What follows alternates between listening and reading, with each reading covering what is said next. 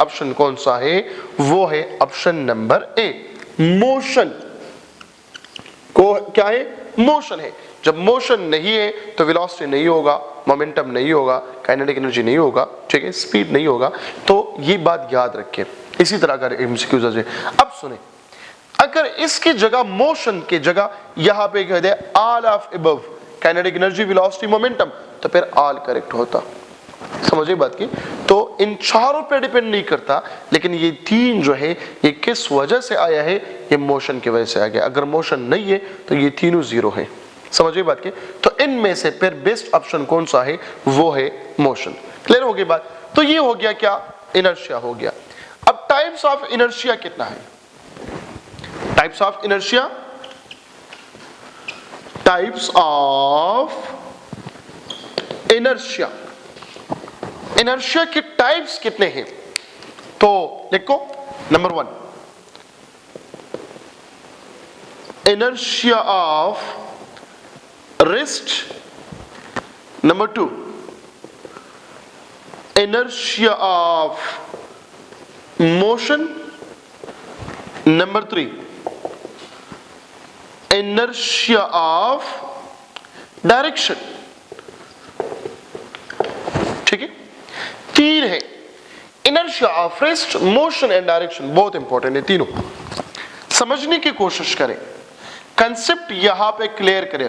Practical life में आप लोग देखें ये सब यूज होते हैं, ठीक है ना। Inertia of rest, inertia of rest क्या है?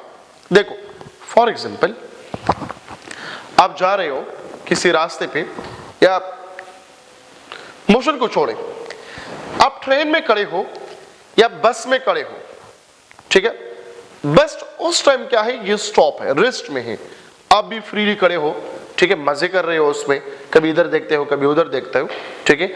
और इसी टाइम ये बस रवाना हो गया तो आप किस डायरेक्शन में गिरेंगे? आप बैकवर्ड जाते हो। बैकवर्ड जाते कि नहीं जाते? अब सुने मेरे बात, बहुत इंपॉर्टेंट पॉइंट यहां पे डिस्कस कर रहा हूं। एमसीक्यू में आ गया कि जब एक बॉडी रेस्ट से मोशन में आते हैं तो बॉडी किस डायरेक्शन में मूव होगा? आप कहते हो बैकवर्ड जा रहे हैं, ठीक है। अब अगर ये आ जाए कि जब एक गाड़ी रेस्ट से मोशन पे आता है आप किस डायरेक्शन में मूव होंगे? फिर भी आप लगेंगे बैकवर्ड डायरेक्शन।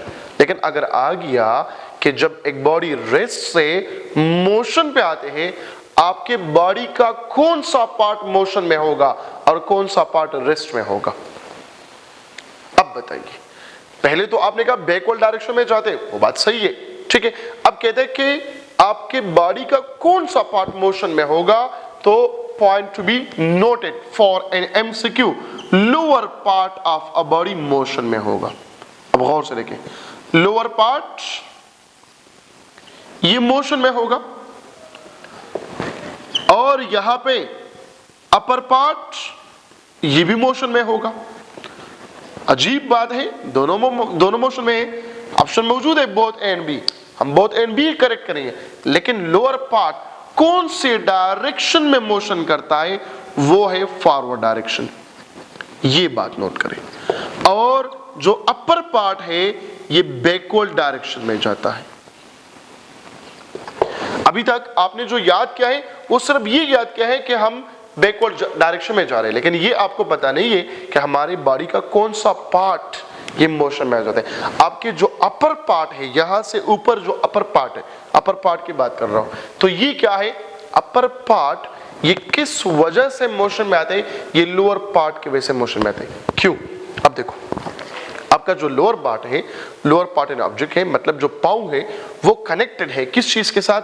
बस के साथ या ट्रेन के साथ। इसी दौरान ट्रेन या बस रवाना हो गई तो आपका जो लोअर पार्ट है ये कोशिश करता है कि मैं भी बस के साथ मोशन करूं, तो आपका लोअर पार्ट क्या करता है? ये आगे की तरफ मूव होता है। जब आगे की तरफ मूव हो गया तो हमारा जो या आपका जो अपर पार्ट है ये तो डिपेंड करता है लोअर पार्ट पे। जैसे ये अपर पार्ट मूव हो गया तो लोअर पार्ट क्या हो जाएगा? ये बैकवर्ड डायरेक्शन में जाएगा। समझिए बात की। तो जब एक एक बॉडी रेस्ट में है, जब ये मोशन में आता है तो लोअर पार्ट आगे की तरफ मूव होगा और जो अपर पार्ट है ये बैकवर्ड डायरेक्शन में जो हो जाएगा। ठीक है, अगर एमसीक्यू में पार्ट्स की बात आ गई तो आप ये लिखेंगे, अगर एमसीक्यू में सिंपल आ गया कि आप किस डायरेक्शन में मूव होंगे, फॉरवर्ड जाएंगे या बैकवर्ड जाएंगे, तो फिर आप वहां पे लगाएंगे बैकवर्ड डायरेक्शन में। क्लियर हो गई बात?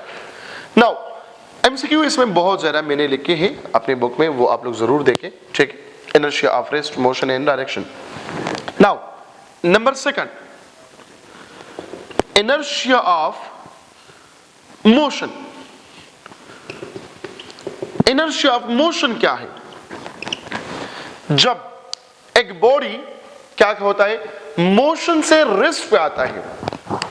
आप लोग जा रहे हैं यूनिफॉर्म मोशन में, बस में, ट्रेन में, ठीक है, फ्रीली खड़े हो, जाते हो, लिखते हो, जो भी करते हो, और इसी टाइम ड्राइवर साहब ब्रेक दबाते हैं तो आपका बॉडी जो है ये आगे की तरफ मूव होते हैं। आप नहीं चाहते लेकिन ड्यू टू इनर्शिया ये आगे की तरफ मूव हो गया। अब गौर से बात सुने, यहां पे लोअर पार्ट रेस्ट में है लेकिन जो अपर पार्ट है ये मोशन में आता है। Lower part of a body, lower part of,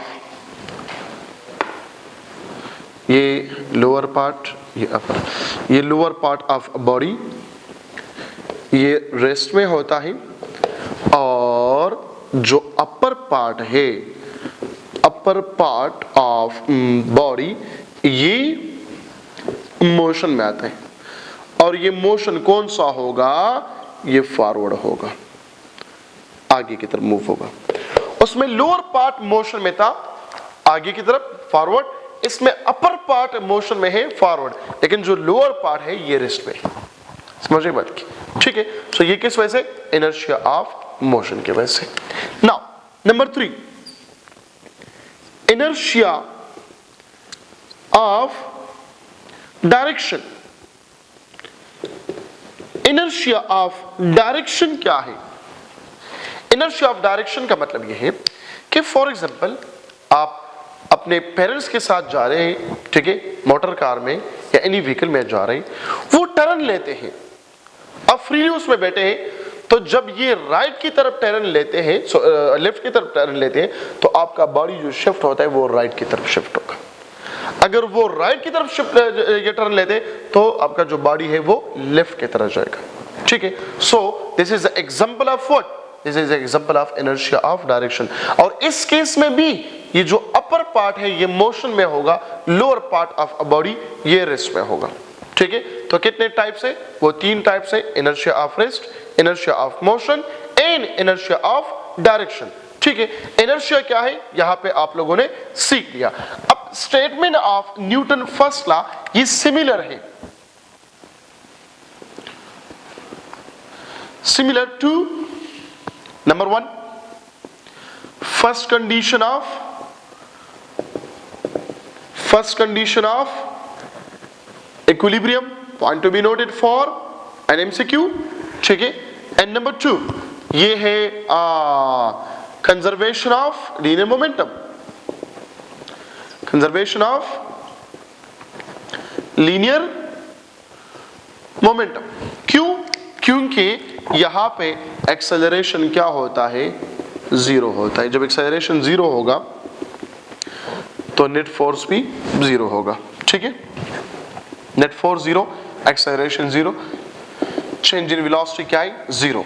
अगर रेस्ट में है तो चेंज इन वेलोसिटी भी नहीं है, वेलोसिटी भी 0 होगा। अगर मोशन में है तो यूनिफॉर्म मोशन होगा और उसमें भी चेंज इन वेलोसिटी क्या है? ये 0 है। तो ये हो गया आप लोगों का क्या? Newton first law. So in the next lecture I will explain about the Newton second law and third law कि न्यूटन सेकंड लॉ क्या है, फोर्स क्या है, डिपेंड किस चीज पे करता है, force in term of time क्या होगा, इन टर्म ऑफ पोजीशन क्या होगा, कंजर्वेटिव फोर्स कौन कौन से है, नॉन कंजर्वेटिव फोर्स कौन कौन से है, ठीक है, फोर्स कहते किसे है, और यूनिट्स क्या है, बेस क्या है, डिराइव क्या है, सीजीएस क्या है, एफपीएस क्या है, उसके मुख्तलिफ रिलेशंस क्या है, इंशाल्लाह। सो नेक्स्ट लेक्चर में मैं इसको एक्सप्लेन करूंगा। Thank you so much.